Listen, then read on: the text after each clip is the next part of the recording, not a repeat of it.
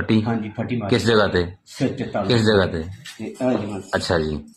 ਦੂਜੇ ਮੈਂ ਇੱਥੇ ਨਹੀਂ ਮਾਰੀ ਤੇ ਮਾਂ ਹੀ ਡਿੱਗ ਪਿਆ ਨੇ ਤੇ ਖੂਨ ਲੱਗਣਾ ਸ਼ੁਰੂ ਹੋ ਗਿਆ ਸੀ। ਮੈਂ ਉਹ ਬਾਜ਼ੂ ਨੂੰ ਫੜਿਆ ਤੇ ਵਾਸ਼ਰੂਮ 'ਚ ਲੈ ਗਈ ਤੇ ਪਾਣੀ ਪਹਿਲਾਂ ਨਹੀਂ ਟਪ ਟਪ ਤੇ ਵਗਦਾ ਸੀ ਤੇ ਫਿਰ ਮੈਂ ਤਾਰ ਫੜੀ ਉੱਤੇ ਦਰਵਾਜ਼ੇ ਦੇ ਕੋਲ ਨਾ ਥੋੜਾ ਦਰਾਜ਼ ਹੈਗਾ ਉੱਥੇ ਤਾਰ ਪਈ। किस रंग की तार सी? ਚਿੱਟੇ ਰੰਗ ਦਾ ਸੀ। किने नत्ती दी सी? ਹਾਂਜੀ को पता किने नत्ती दी सी? ਨਹੀਂ ਸਰ अच्छा सफेद रंग दी सी। ਸਫੈਦ फिर की कीता उन्होंने? ਹੁਣ ਮੈਂ ਦੋ ਬਰਾਬਰ ਕਰਕੇ ਉਹਨੂੰ ਕੱਟਿਆ हाँ ਕੱਟ ਕੇ ਮੈਂ ਕਰੰਟ ਲਾ प्लास्टर किस तरह ਦੇ ਉੱਤੇ ਉਤਾਰਿਆ ਸੀ ਤਾਰ ਤੋਂ?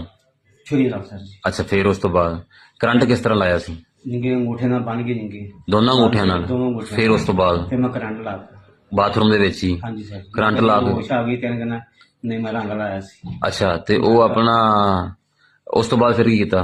ਮੈਂ ਸਰ ਮੋਬਾਈਲ ਫੜਿਆ ਚੋਰ ਫੜੇ ਨੇ ਮੈਂ ਅੱਧਾ ਤੋੜਾ ਚੁੱਕਿਆ ਨਹੀਂ ਕਿ ਤੋੜਾ ਬਹੁਤ ਭਾਰਾ ਸੀ। ਹਾਂ ਮੈਂ ਉਸ ਕਮਰੇ 'ਚ ਪਲਟਿਆ ਹਾਂ ਪਲਟ ਕੇ ਤੇ ਅੱਧਾ ਤੋੜਾ ਜੀ ਕਿਸੇ ਰੱਖਿਆ ਮੋਢੇ ਦੇ ਤੇ ਬਾਹਰ ਲੱਗੇ ਕੈਮਰੇ ਤੇ ਮੋਢੇ ਤੇ ਰੱਖਾਂਗਾ ਤੇ ਮੈਂ ਇਧਰ ਇੰਜ ਪਰਾਂ ਨਿਕਲ ਜਾਵਾਂਗਾ ਤੇ ਮੈਂ ਉੱਥੇ ਤਾਲਾ ਮੇਰੇ ਫੜਿਆ ਅਲਮਾਰੀ ਤੋਂ ਵਾਸ਼ਿੰਗ ਮਸ਼ੀਨ ਤੋਂ ਅੱਛਾ ਜੀ। ਬਾਹਰ ਤਾਲਾ ਮਾਰਿਆ ਰੱਖਿਆ ਮੋਢੇ ਦੇ ਚੋਰਾਂ ਦਾ ਮੈਂ ਪਰਾਂ ਮੂੰਹ ਕਰਕੇ ਅੱਛਾ ਉਤਨੀ ਗਲਤ ਸੰਗੀਤ ਸਾਰਾ ਚਲਾ ਲੱਗਾ। ਫਿਰ ਦੁਬਾਰਾ ਕਿਸ ਚੀਜ਼ ਤੇ ਬੈਠ ਕੇ ਗਿਆ? ਚਿੰਜੀ ਰੱਖੇ ਸਰ। ਮੋਬਾਈਲ ਲੈ ਗਿਆ ਸੀ ਨਾਲ? ਹਾਂਜੀ ਸਰ। ਫਿਰ ਜਾ ਕੀ ਕੀਤਾ ਘਰ? ਘਰ ਮੈਂ ਗਿਆ ਤੇ ਬਾਈ ਫੋਨ ਆ ਗਿਆ ਮੈਂ ਫੋਨ ਬੰਦ ਕੀਤਾ ਸਿਮਾ ਸਰ ਸੋਚਦੀ ਫੋਨ ਇਸ ਅੰਮਾ ਵਾਲੇ ਫੋਨ ਤੇ ਫੋਨ ਆਣਾ ਸ਼ੁਰੂ ਹੋ ਗਿਆ ਸੀ? ਕਿੰਨੇ ਕੋ ਫੋਨ ਆਏ ਸਨ?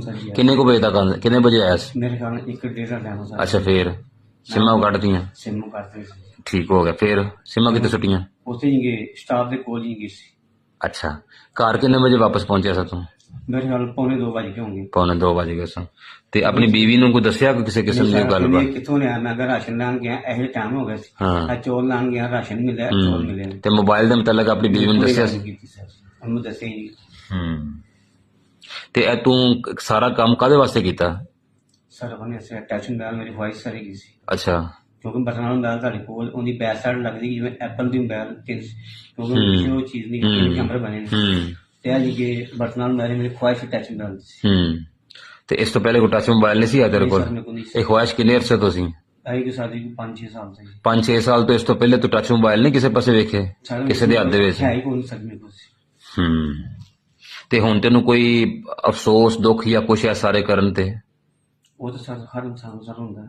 ਤੇ ਉਹ ਅੰਮਾ ਦਾ ਤੈਨੂੰ ਪਤਾ ਲੱਗਾ ਅੰਮਾ ਕਿੱਥੇ ਵੀ ਹੋਣਾ ਇਸ ਟਾਈਮ? ਨਹੀਂ ਸਰ ਜੀ ਕੋਈ ਪਤਾ ਹੋਵੇ? ਨਹੀਂ। ਅੰਮਾ ਫੌਤ ਹੋ ਗਈ ਹੈ, ਕਤਲ ਹੋ ਗਈ ਹੈ। ਤੂੰ ਕਤਲ ਕਿਹਨੇ ਕੀਤਾ ਉਹਨੂੰ? ਸਰ ਮੈਂ ਕਿਉਂ ਕੀਤਾ ਫਿਰ? ਕਰੰਟ ਲਾ ਗਏ ਨਹੀਂ ਕੋਈ ਨਦਾਮਤ? ਜੀ ਸਰ ਜੀ ਕੋਈ।